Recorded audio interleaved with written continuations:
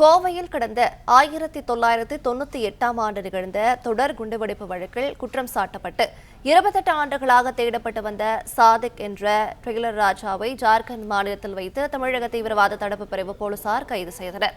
விவரங்களை தருகிறார் செய்தியாளர் கதிரவன். வணக்கம். கைது தொடர்பான மேலும் விவரங்களை சொல்லலாம். கோவையில் நடைபெற்ற தொடர் குண்டுவெடிப்பு சம்பவத்தில் முக்கிய நபராக கருதப்பட்ட டெய்லர் ராஜா என்கிற சாதிக் ராஜாவை தமிழ்நாடு தீவிரவாத தடுப்பு பிரிவு போலீசார் கைது செய்திருக்கிறார்கள். சத்தீஸ்கர் மாநிலத்தில் வைத்து கைது செய்ததாகவும் அவரை கோவை அழைத்து வந்திருப்பதாகவும் தெரிவிக்கப்பட்டிருக்கிறது.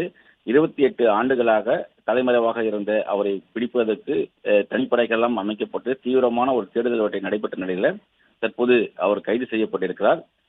மிர்ஜாப்பூர் என்ற இடத்தில் வைத்து அவரை கைது செய்ததாகவும் ஐபி மற்றும் சத்தீஸ்கர் மாநில போலீசார் உதவியுடன் அவர் கைது செய்யப்பட்டிருப்பதாகவும் தெரிவிக்கப்பட்டிருக்கிறது.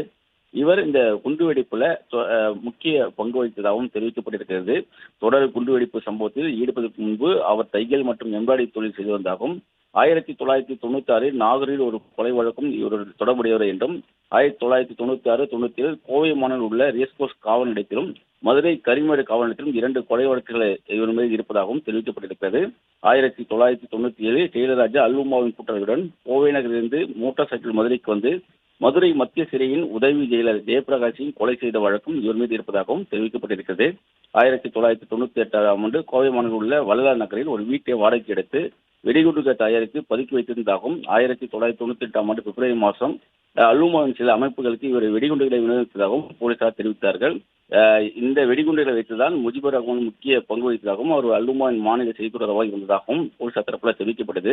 இந்த 2 நபர்களும் தீவிரமாக தேடுதல் வேட்டையில் ஈடுபட்ட நிலையில்தான் தற்போது 28 ஆண்டுகள் கழித்து ராஜாவை கைது செய்திருப்பதாகவும் ஏற்கனவே இவர் குறித்து தொப்பு கொடுத்தால் 2 லட்சம் ரூபாய் தலா 2 லட்சம் ரூபாய் முஜிபுர் ரஹ்மானுக்கும் ராஜாவுக்கும் வழங்குவதாக சிபிசிஐடி போலீசாரும் அறிவித்திருந்தார்கள்.